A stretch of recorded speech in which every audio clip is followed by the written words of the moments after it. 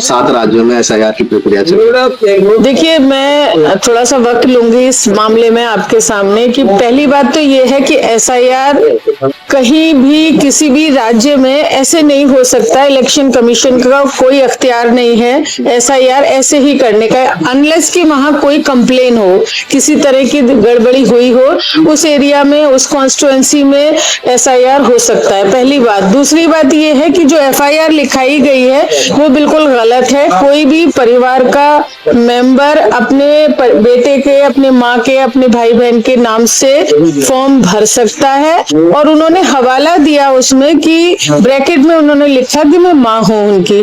दूसरी बात ये, हिंदुस्तान में तो नौकरी मिल नहीं रही। जब हिंदुस्तान में नौकरी नहीं मिल रही तो भाई कोई ना कोई विदेश में काम करने जाना है, अपना पेट पालने के लिए, अपने परिवार को पालने के लिए, एक मजबूरी है।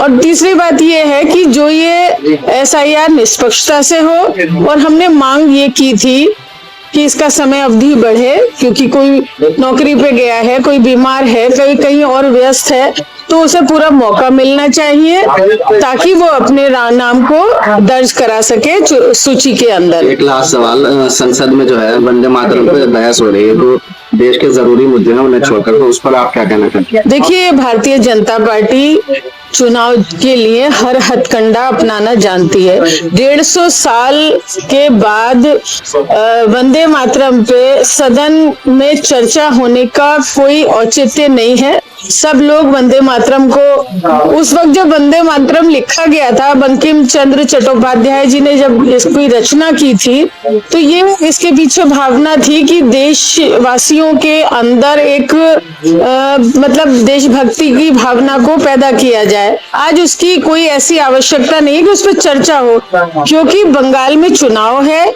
इसलिए चर्चा हो रही है वंदे मातरम पर।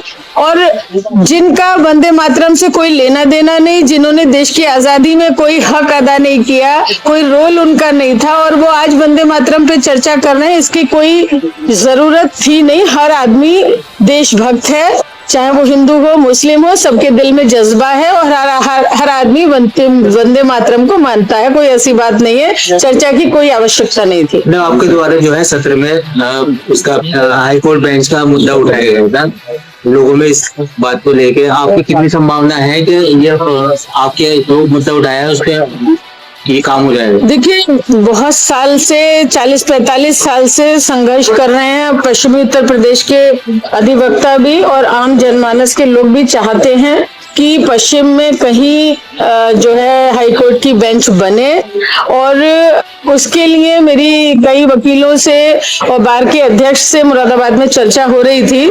मेरा उनसे ये कहना है कि ऐसे आधे अधूरे मन से मत मांगिए बेंच को। अगर बेंच को मांगना है तो चाहे सड़कों पे उतरना पड़े, चाहे भूख हड़ताल करनी पड़े, अगर कोई चीज मांगनी है तो दमखम के साथ मांगिए, तभी मिलेगी। ऐसे चर्चा होने से बात नहीं बनेगी।